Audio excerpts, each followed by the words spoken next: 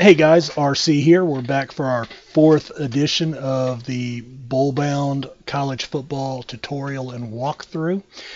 Last time we had kind of finished going through the first week of the season checklist. This is getting ready for the games. And I wanted to go into these two a little bit more, but let's quickly finish up. When you click on Sim Weekly Games, this will show you the games. You can break it down by conference. You can break it down by the top 25. It defaults to your conference that your team is in. So I'm Michigan, so it would default to the Big Ten. And you can see the different games for all the Big Ten schools. Michigan's playing on the road at Virginia. Virginia is plus 11, so they are the underdogs. So Michigan should win this by 11 points. It gives you your hot offensive player, your hot linebacker, or your hot defensive player. Wow. And it will actually give you your offensive and defensive yards per game average for the season, and that accumulates week to week. So right now we haven't played a game, so there's no rating. Now, you can actually view this before you do your export. So you can actually see who their hot players are. You can also click on Preview. Now, there would be statistics here after the first game, so you could see maybe what formations they're using, what their average, who their leading tackler is, who has the most sacks, passing, rushing, yardage, number of touchdowns, things of that nature. And you can kind of evaluate what they might do against you as far as a formation, and you can then take some steps to try to stop that with your defense if you want to. Let's do defense first, because to me that's the easiest. You go to defensive strategies. Now, two things. You have the offense and defensive strategies, and it says here, or playbook. Over here on the side, you have offensive playbook and defensive playbook. Now, I'll be honest, I've never used a defensive playbook a day in my life for a single game, so I don't know much about that. I've always gone with just the strategies. But it's very similar. If this is not checked, it will look for the playbook. If it is checked, it will use this. So if you have a playbook and you want to use the playbook, you need to make sure that this in the strategies is not checked. If you do want to use the strategies, make sure it is checked. Now, just a couple of things. You can set up your system. The blue, everything is color coded as always. So you can see here the blue, you get a formation bonus and a formation penalty. So we chose the 4-3 in the preseason in camp, that was the system we were going to run. So we did not practice the 3-4, so we have a penalty against that. We can run the 4-6 because it's still a four-man front, and we can run a 4-4 with no penalties because that's also a four-man front. Now, we don't get a bonus. I want to stress, don't let that scare you, because sometimes you might miss that particular sim, which is what we call the period of running a week in a multiplayer league. And you may get saddled with, say, a 3-4, but you want to run a 4-3 because of your personnel. Go ahead and change it, but you'll have to do that every week because it will always default to the 3-4 because that is what was chosen in that preseason week that you did that selection. But don't be afraid to change those around if you need to. There's been times, for example, that I've missed that, and I was set up to run a 46, and I was like, I'm not running a 46, but I will run the 43. So in that case, the 46, I would have a blue bonus. The 4-3 would be there, but with no bonus, and I'd run that anyway. So don't let that scare you. Run the 46 or the 44 if you don't want to run the 43, but I would stay away from the penalties. But if there's no bonus, as long as there's not a penalty, feel free to put some numbers in there if you want to. And then down here, you can kind of, off to the side, in the 43, you can kind of mouse over and see who each one of your players are. You can actually click on that and pull up your player card and check out their ratings. So like here's the blue guy's probably my best player on defense. He's an outside linebacker. He's 8.8 rated. He's a senior. He has an 86 out of 100 for pass rush moves. That's getting to the quarterback. A 69 out of 100 for point of attack. So that's getting up into the line of scrimmage and meeting a ball carrier. So that's kind of getting up and stopping the run. Hands, that's for interceptions as a defensive player. Tackling ability, coverage ability, so covering a receiver or a tight end coming out of the backfield. Durability, 99 out of 100, great. Endurance, he will have to come off the field roughly 40% of the game, which that's normal. Yeah, that's why if you watch football, they rotate players in and out. Adaptability is an 86, so he could play a similar position. He's an outside linebacker. I could play him at an inside linebacker, and I won't see much drop-off in his performance. Acceleration, he's not quick on the first step, but he does have above average speed and agility. Strength, when he ties in with tackling. Instincts, getting to the ball, being in the right place at the right time. Aggressiveness, going after the ball and stopping the ball carrier.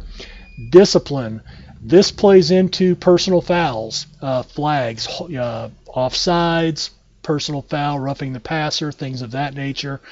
Intelligence, well, they always say only your quarterback has to be smart. Everybody else is just out there to hit somebody hard. Work ethic, that can potentially impact how they develop as a player. All right, so you can check that from this screen, and the reason you would want to do that is when you come down into these areas. For example, if you're playing a pass-heavy team, you might not want your cornerbacks to blitz, or not very often. So you may put him down to 3%, and you may put him down to 3%. Now this has to total to 100%. So now we've got 35. We've got 71, so we need 29 more. Now he has okay pass rush moves, so we'll up him to 15.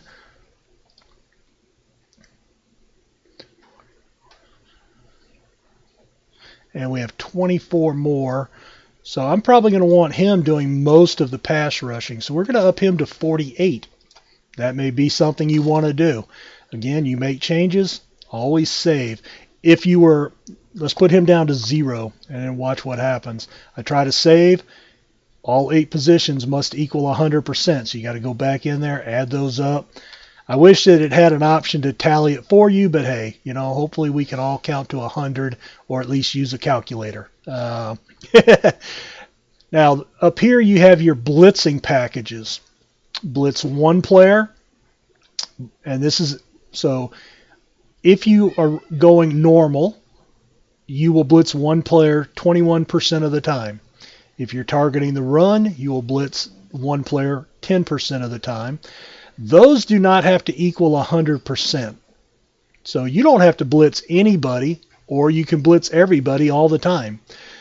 What does have to equal 100% is these last 2 lines. You have to play man or zone, and you have to do it against normal formations if you're targeting the run and targeting the pass.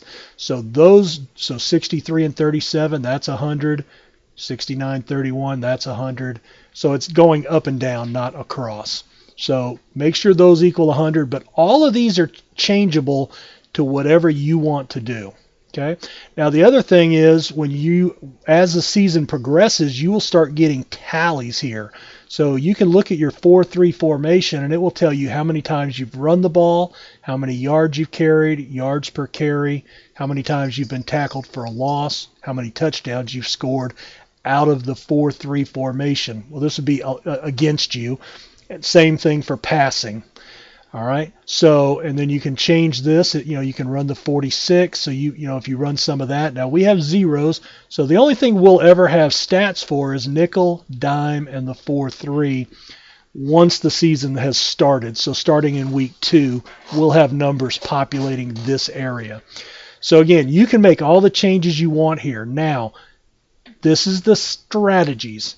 If you want to use a playbook, you would come in and click playbook right here. Okay, but I don't use that. I use just the strategies. But taking a look at the playbook, you can choose the individual plays that you run. So this is the 34 normal, middle zone, 4 backers, blitz by 4, 6, and 7. All right, so here's your 4, 6, and 7 players. 1, 2, 3, 4, 5, 6, 7, 8, 9, 10, 11. All right, so you have a middle linebacker zone, 3 players blitzing, your 4, 6, and 7 players, plus your front line trying to get to the quarterback. Okay, and then your secondary is all playing zone. All right, so if that's what you want to play, then you would put in a percentage here, say 10%. All right, and then when I switch to the next line, now we've got 10% down here. As I said on the other screen, this is a little different. I will actually, these are penalties, the red, the blue is bonuses. I will actually play some penalties if I think it puts some of my players in a good position. Now, you can only run so many plays, and I think, let's see, nope, so you could actually run one single play all the time. Wouldn't recommend that, but you could do it. You could also run 10 different plays at 10% each. This has to equal 100%, but it cannot equal more than that. And there's a long list of plays. I mean, you can scroll all the way down through this list, and there's a ton of plays in there to choose. Now, you remember we were looking at that other screen, and we had normal, pass, and run. Well, here's normal. There's your target run, and there's your target pass. Now, basically, it's the same plays, but there could be some differences. Okay, it's basically the same formations, but your players will do different things. So you can choose how detailed you want to get in here. Now, again, make sure if you're using the playbook, click here. Make sure each individual option totals out to 100%, and save your changes. So once you do normal, save it. Then go to run, make your changes, save it. Then go to pass, make your changes, and save it. So you're saving for each individual field within that screen. If you do the passing and then you go to run, it's not going to save, and that's all going to still be zeros. So be aware of that. Now, offensive works the same way. You click here, it goes to offensive strategies. It gives you your percentage of time you'll run these formations. You can set how many times for your running back to carry on the inside and the outside run. You can set up for your receiver to carry the ball, your quarterback. And this is where you have, if you do run the option, you've really got to fine-tune this. And to my knowledge, nobody has ever worked out the numbers to get that to work right. That basically your running back still carries the ball all the time, even no matter what you do to these numbers. So that's the drawback with the option that we had talked about in the earlier episode. Same thing for, now this is your running strategy, passing strategy, short pass, medium pass, and long passes. This is the percentage of times you will target players from each position. So he's only throwing to his tight end 9% of the time on a short pass. If you've got a All-American tight end, well, you might want to be throwing to him, you might want to be throwing to him 60% of the time, and only your wide receivers 30% of the time.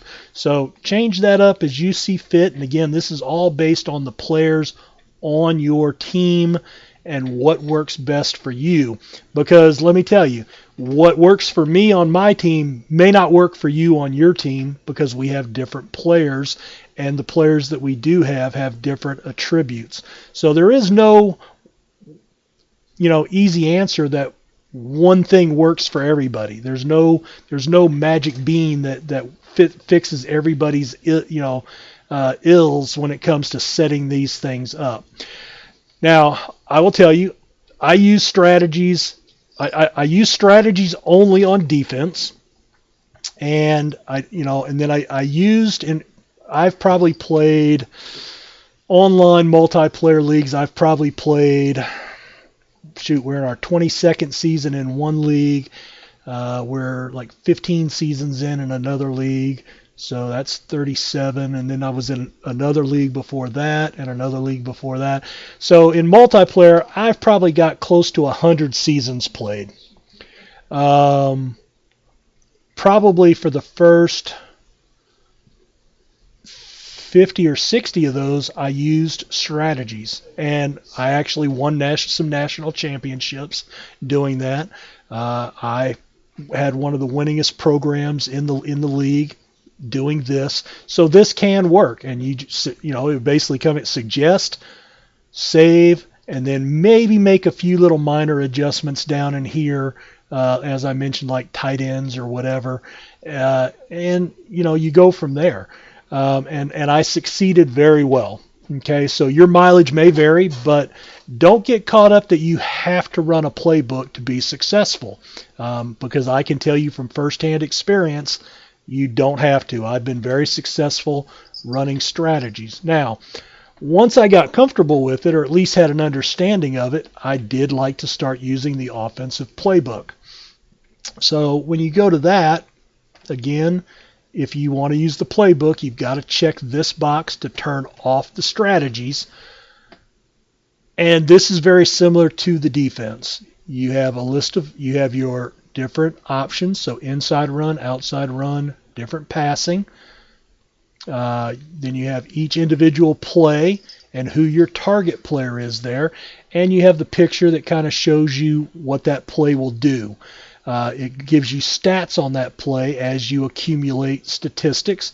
Blue, you get slight bonuses. Red, you get slight penalties. The one with no colors, you can use those and you'll be fine. I've even used red and I've been very successful. So I don't let that dictate a play if it's a play that I like and I think it helps a player or helps my team based on the players that I have. Just like the defense, you change these ratings and it has to equal 100%. So you would do your inside run, save, outside run, make your changes, save. So you're going to save after each one, and you have 5 of them that you need to do. If you don't change anything, but you have that done, you won't run any plays. Now, again, I'm not going to tell you what plays to run because there's no right or wrong answer. Okay, you can make changes to this weekly. What I usually do is I come in and I look at how I'm performing. If I've got 20 runs and I've got minus 52 yards on 20 runs, if that play is not working, I'll zero that out and I'll go look at another play. If I've got a play that's working really great, that I'm averaging 12.5 yards a carry and I've scored 12 touchdowns on 20 carries, I might raise that one and run that 20 or 25% of the time. But typically, I'll have anywhere between 4 and 6 plays on the low end and 10 to 20 plays at the upper end.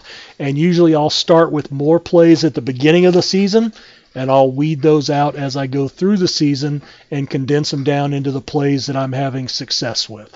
So that's a big tip that I have not given out before. So you know who you are out there that was looking for a tip like that. If we go on from there, one thing I do want to talk about. No matter what you do, let's go look at our staff. Okay, now you are the head coach, but you don't actually control the game if you simulate the game. So especially in multiplayer leagues, it's almost like you are absent from the game. So your defensive coordinator will run your defense based on the information you put in the strategy or the playbook. And your offensive coordinator will run the offense that you put in. Now, here's what's important. When you hire coaches, and when I get to the coaches hiring, I was going to go into this, but we need to look at this part now. There is a thing called game plan. Now, this guy's average. Basically, what this boils down to is when you're simulating the game, he is just average at following your directions. So you may have a game plan that calls for you to run the ball 80% of the time. And after the game's done and you get the file and you look at it, you may go, wow, we were 50-50, or we were only 40% run and 60% pass. Why is that? Well, again, because the game gives some flexibility, and he's only average, so he's going to automatically not follow your game plan to the letter. And then game circumstances could change. If you have a run-heavy offense, but you're down 42-7 in the second quarter, well, just like in real life, you have to quit running the ball and start throwing the ball more. So your coach is going to do just that. And so your 70% run plan turns into a 30% run plan because of what they're having to do in the scheme of the game. So when you're hiring coaches, you've got to look at their ability to scout each position, develop each position, motivate your players, and also their ability to follow the game plan that you've got in place for them. And it all ties together. Now, the better your program, the more budget you'll have and the more expensive coaches that you can afford. Naturally, my alma mater, Louisiana Lafayette, they could not afford Nick Saban to be their head coach. Alabama would not hire a 21-year-old kid just out of college to be their head coach. So the lower end coaches that are going to be cheaper, but they won't be as good in their skill sets. So you have to pick and choose. I recommend you find somebody that can scout and develop a quarterback primarily, and then go from there. Because to me, everything is based on your quarterback. If you're going to run a run-heavy game, though, maybe running back is your thing. And offensive line would be very important there. So anyway, just something to think about when you are hiring coaches. But I did want to point that thing out about game planning, because that is a major thing that over the years people always question. Hey, I had a game plan set up to pass the ball 9 out of 10 plays, and they only passed it 3 out of 10 plays. Why is my coach not listening to me? And it's that little rating right there is the primary culprit. Let's see. So after that, you would go in, everything is set. We would sim the week. It's going to run through all the games, including yours, and hopefully it doesn't freeze. I do recommend, if you're playing solo play, after every week that you sim, click Save League, just in case there's a crash. The game does crash, especially the longer you sim and the longer you're on it. So again, get in the habit of saving on a regular basis. So we can see here, Michigan beat Virginia 25-22. We were favored by 11. That didn't work out. Your leading passer was Cox from Virginia. Bowles was the leading rusher. Miller from Virginia, the leading receiver. And Stein was the player of the game, 7 catches, 112 yards, and 2 touchdowns. Now you can go in and check the box score, and this gives your quick and dirty breakdown. And if you follow football, all this makes sense to you. It will show you the scoring summary and then the breakdown of each player. So David was 18 of 34, 255 yards, 3 touchdowns, 1 interception. Bowles did have 128 yards rushing, but no touchdowns. 4.13 yards a carry. I can live with that. We actually got outgained, 428 to 392. We did hold them to 2 yards per rush, so that's good. They had 10 yards a pass, which was a lot better than us. So, there's different things. Now, also, we had an 85-yard pass here that they got a touchdown. They got a 47-yard fumble return, an 88-yard pass. So they had 2 big plays and a special team touchdown. So if you back that out, we actually dominated the game outside of the big plays. You can also go in and look at the game log, and this shows a lot of detail if you want to take the time to look at it. What offense they ran, what defense you were in, and what happened when the other team has the ball, when you have the ball, what offense you were in, what defense they ran, and what the results were. So you can come in here and you can see, oh, this will tell you the distant length of a field goal that was missed, for example. Just lots of different things. Sometimes there will be some really unusual play-by-play at the end of the game as the game programming tries to settle everything in a way that makes sense. Sometimes you'll see 2 touchdowns or 2 scoring drives in the last 30 seconds. That does happen. But you can see here Michigan scored 15 in the fourth quarter, including one with 6:55 left to take the lead and get the win. Basically, I'm going to go ahead and stop here. I'm going to sim out the rest of the season. That's every week from here on out is basically going to be a repetition. I tell you what, let's go in and look at those strategies again, because this is where you can now see that we have some statistics populated. We've in a single back formation, we have 19 runs for 72 yards, 2 big plays, 4 losses. And then again, if you were running a playbook, very similar thing, except you'd have to actually find the plays that were run. Like right there. So they had 1 carry for 6 yards with that play. Okay. So you'd have to scroll through here, 1 carry for 2 yards. But you'd have to look for each individual one, as they won't be in order. Now, if you're using the playbook and you have numbers in here, all the plays that you're running will default to the top of the list, and so they're easier to find running the playbook. So that just depends. Same thing on the defense. Now we've got some statistics here that we can look at, that you can start using some judgment in future games on what you might need to tweak to tighten up your defense or free up your offense a little bit more. So anyway, the rest of the season would basically be rinse and repeating this from week to week. It's all the same thing. The only other thing I think I'll touch on here before we go is several times a year, starting in week 2, you do have study hall that you can add hours. Now, in the game options, you have the option to set all of your options to either be run by the computer or by you. And this is my default setup. I run everything except for academics.